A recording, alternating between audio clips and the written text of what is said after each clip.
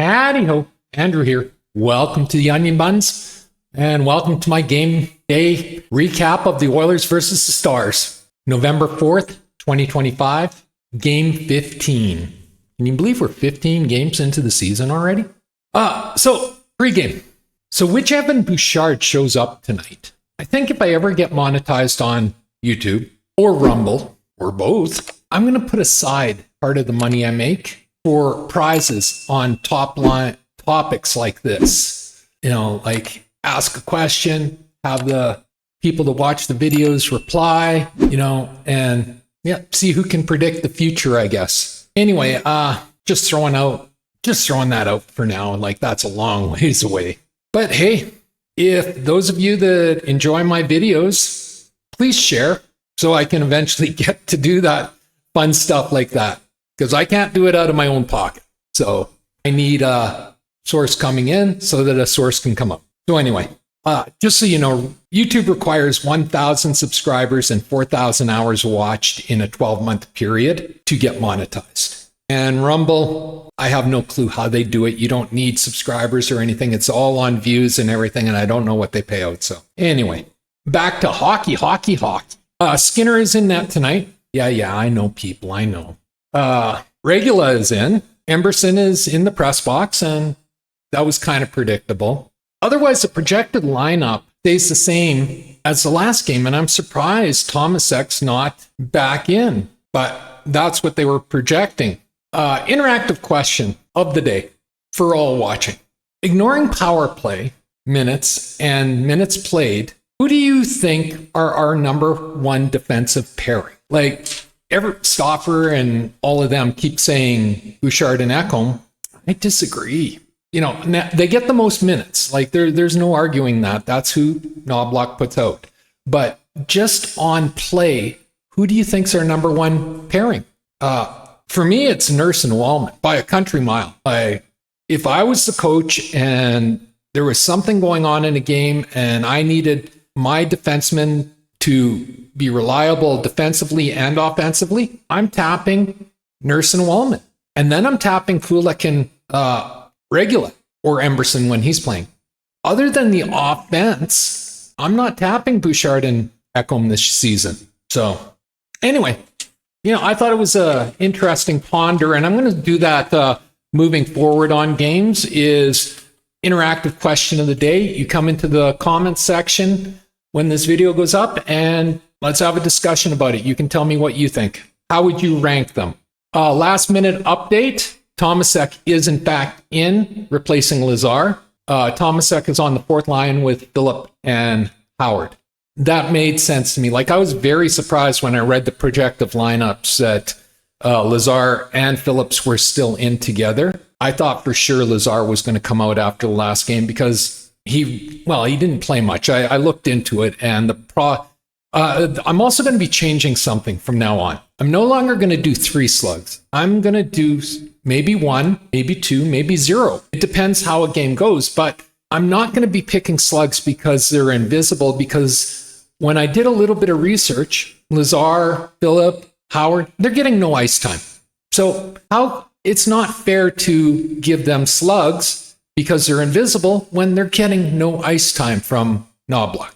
So from moving forward, I'm only going to be calling out slugs if they are not playing well. Like they are playing and they're making mistakes, they're screwing up, they're making bad choices. Being invisible, I'm not going to punish players on because, those guys are getting like 5 to 6 minutes a game. That's like 1.5 minutes a period, 2 minutes a period. How do you get in the groove doing that? So it wasn't sitting right with me, so I'm changing that up. All right, period 1. And right off the bat. So I got to tell the story. What happened is, frickin' tell us. So I'm on the TV, I'm on the right channel, I'm watching Hockey Central, and immediately after Hockey Central is the hockey game. And I'm not looking at the clock at all because why would I? I'm just, watching. And it seemed to be running long. I'm like, what the hell? And I look at my phone and it's like, it's 2-0 for the Oilers. I'm like, what the hell? So I click on the guide. And as soon as I click on the guide, my TV jumps forward. Like I was on the right channel. My TV jumps forward and now I'm in the game 10 minutes into the game. I don't know what the hell TELUS was doing. So I missed the first 10 minutes of this game. And I guess in the future, I'm going to have to set the PVR to record the games even if I'm watching them live, just in case something like that happens so I can rewind and watch the first 10 minutes again. So anyway, it was 2-0 Oilers when I came in. Rosovich had 2 assists. McDavid had 1 assist. Bouchard had 1 assist. Leon had 1 goal and Podkolzin had a goal. Rosovich had just taken a goalie interference penalty and it was 4-on-4. And that went by with nothing of interest happening. And then Dallas had a short power play and we killed that. Then Frederick, Savoy, and Henry got hemmed in the zone for almost 2 minutes. Fredericks made some questionable plays, but Nurse bailed them out. It was an ugly 2 minutes. And that was the end of the first. 2-0 for the Oilers. Shots on goal were 7-11 for the Stars. So, as I said, I missed the first 10 minutes. I explained why. So the first goal, watching the replays, the first goal was Rosovich driving the net, one-handed a pass through the slot while fighting off the defender to Podkolzin, who buries it. I guess Bouchard got the secondary assist, but they didn't even show his pass, so that had to have been back in the Oilers zone. It was just one of those gifted secondary assists that I dislike so much. The second goal was a power play goal for Leon from McDavid and Rosovich. It was the standard nice power play goal by Leon. He was in his spot, very low percentage spot, but it works for Leon. And McDavid passed it to him and he one-timed it in. So 2-0 for the Oilers. So we go to the second period.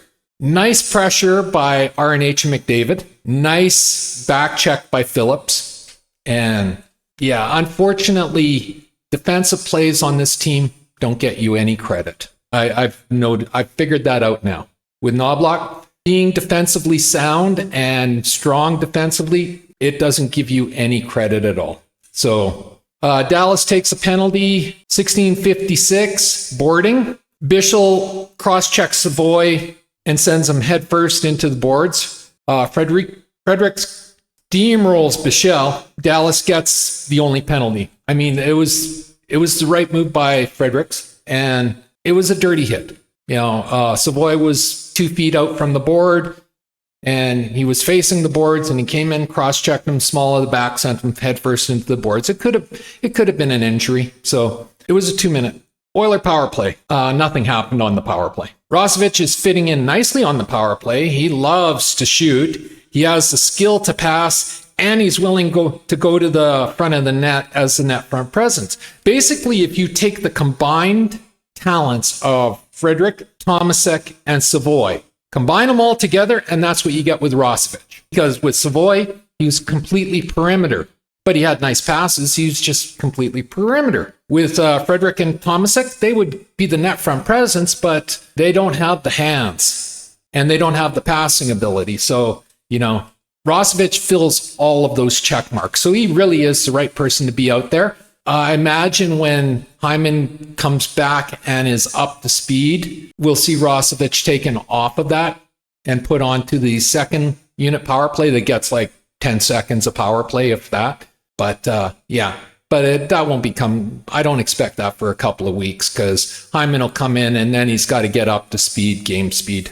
McDavid is absolutely flying tonight. Oiler penalty at 11:26, Leon cross-checking.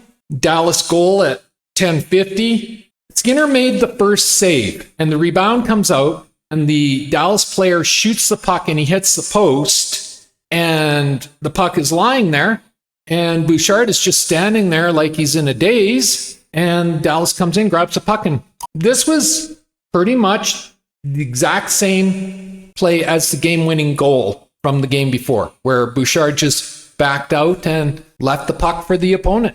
This time he didn't back out. He just stood there.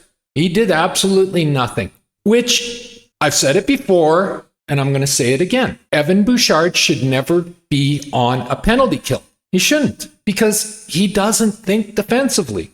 So anyway, that's 2-1 for the Oilers still. Oilers take another penalty at 4:21. Regula cross-checking. Oilers kill that power play, end of the second. 2-1 for the Oilers. Shots on goal, 12-19 for the Stars. Third period. Oilers 2-on-1, but McDavid rings it off the post. And Mangiapane couldn't handle the rebound. But hey, at least Madge got into the slot and he took a swing at it. Woolman and Nurse, oh my God, did they hammer the puck. 2 shots on net. Then Dallas tries to clear the zone, and it's up around chest level, and Nurse bats it out with his stick out of the air, keeps it onside, and hammers another big slap shot onto net. If we could have got a rebound, like if we could have had somebody in the slot area, would have been 1 goal for sure, but we didn't. Oilers goal at 12:09, McDavid from RNH and Mangiapane. Mangiapane passed to RNH. RNH passed to McDavid. McDavid roofed it. And that's, again, what have I been saying for a long time? If you want to score in this league, you got to put it up high. McDavid put it up high, and it went right in. Oiler goal, or no, Mangiapane drives off. Mangiapane drives offensive zone down the middle, dishes to RNH, who hard passes to McDavid, who roofs it. For the goal. 3-1 for the Oilers. Then it's Dallas goal, 11:23. Rantanen left all alone in the slot and fires over Skinner's glove. Too much puck watching by the Oiler forwards. 3-2 for the Oilers. Another Dallas goal at 7:40. This was a weird bounce. So the Dallas Star player shoots, but the puck deflects off of Darnell's skate to the boards. And so here's the net. He's shooting from here. It hits here and bounces like this.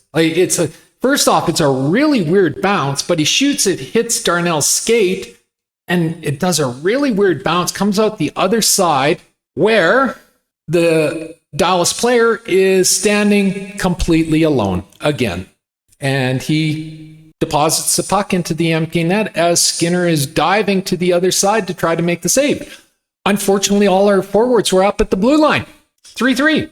What I wrote is both Dallas third period goals could have been avoided if our forwards just came back and covered their players. But they all sit up at the blue line hoping for the fast break. And even Stopper and Rob Brown and all of them were talking about this after the game, saying, and these were McDavid and Draisaitl's lines. These were not the third and fourth lines. These were our top 2 lines.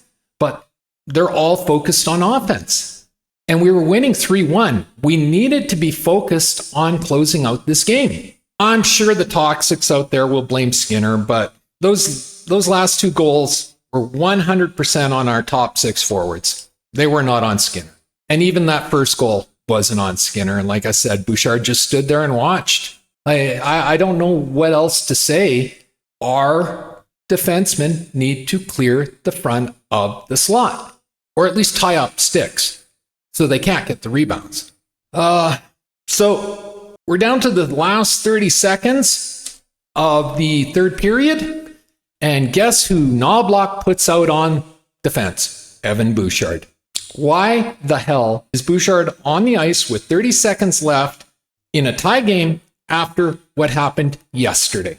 Well, we didn't get scored on, so small praise there, but come on, Knobloch. You gotta, this is getting ridiculous.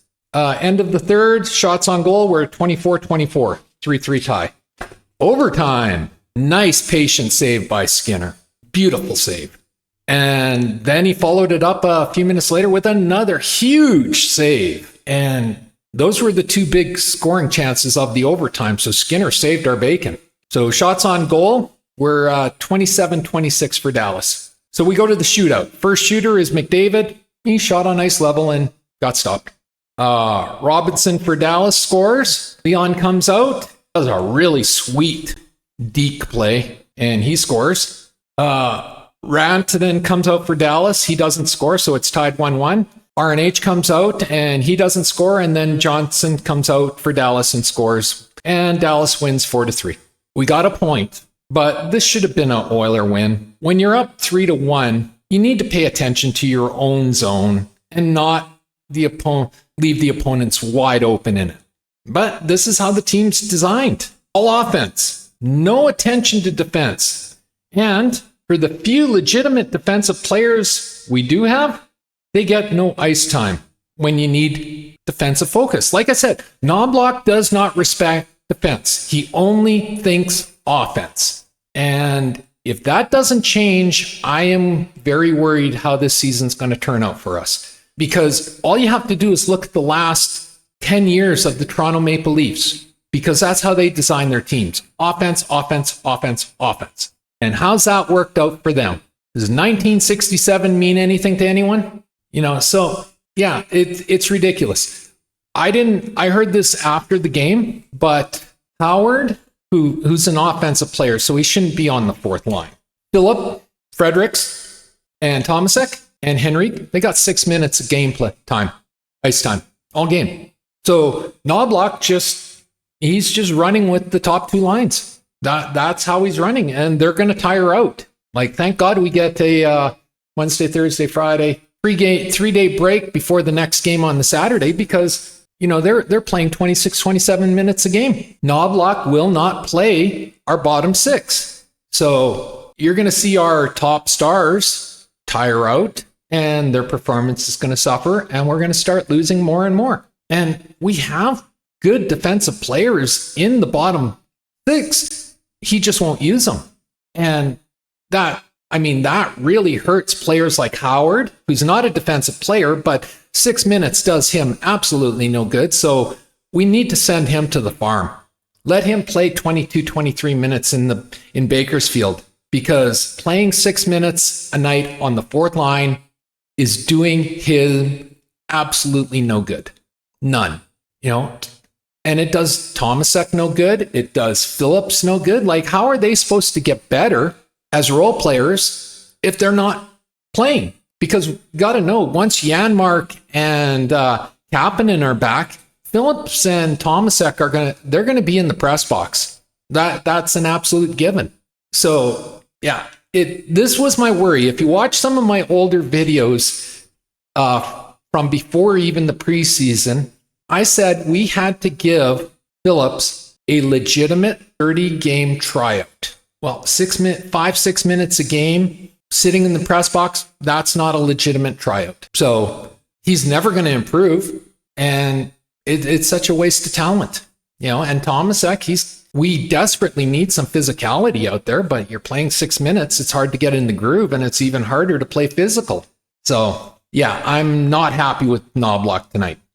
Like I said, what is killing us is exactly what I was worried about before the season even started. Team lines are designed offense, offense, offense, offense. So when we need to nurse a lead, we can't do it. This team is designed to outscore average goaltending and defensive liabilities, but we're not outscoring them.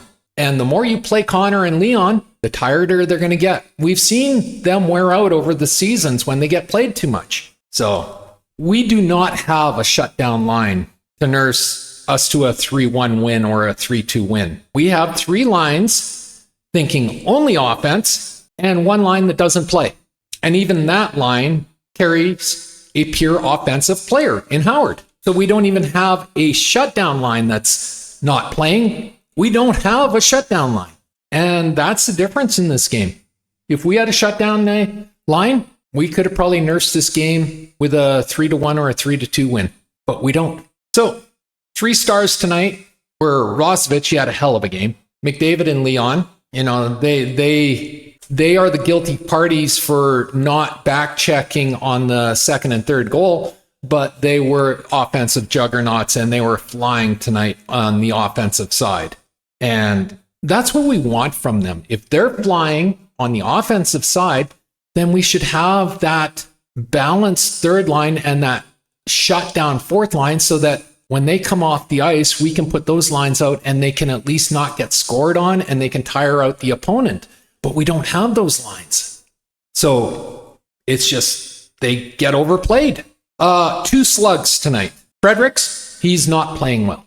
And Knobloch. So Rosovich continues to shine. McDavid was flying. Leon scored. Fredericks is really starting to worry me with his play. It's not been good for a few games now. It's really not. And I don't know why. I suspect part of it is his ice time, but yeah, and then Knobloch has to be held accountable for only focusing on offense and who he's putting out when we just need some defensive play. Like, that's on Knobloch. He's the one that puts the lines out. So if he's not utilizing our players, that's on him and nobody else. So that's, Next game is Saturday, November 8th at 8 p.m. in Edmonton versus Colorado. And that's my game recap for today. If you like the video, leave a like, a subscribe, and a share. I'm trying to grow my channel, and a like, a subscribe, and a share does me wonders, and I do appreciate it. Takes 1 second to subscribe, costs you absolutely nothing, helps me immensely. Just hit the subscribe button on the bottom of the screen. Always feel free to leave a comment. I encourage everybody to leave a comment. Please leave a comment. Come in, tell me what you think. And like I said, I'm going to start doing a interactive question of the game for each game. I'll ask it at the start, and obviously I don't put my videos up until the day after the game, but you can come in after the game and tell me what your answer will be to the question I'm asking. Also, commenting really does help me with the YouTube algorithm and getting more eyes on my videos. And as always, pew, pew, pew, and shit. Thanks for watching. Have a great day. Bye.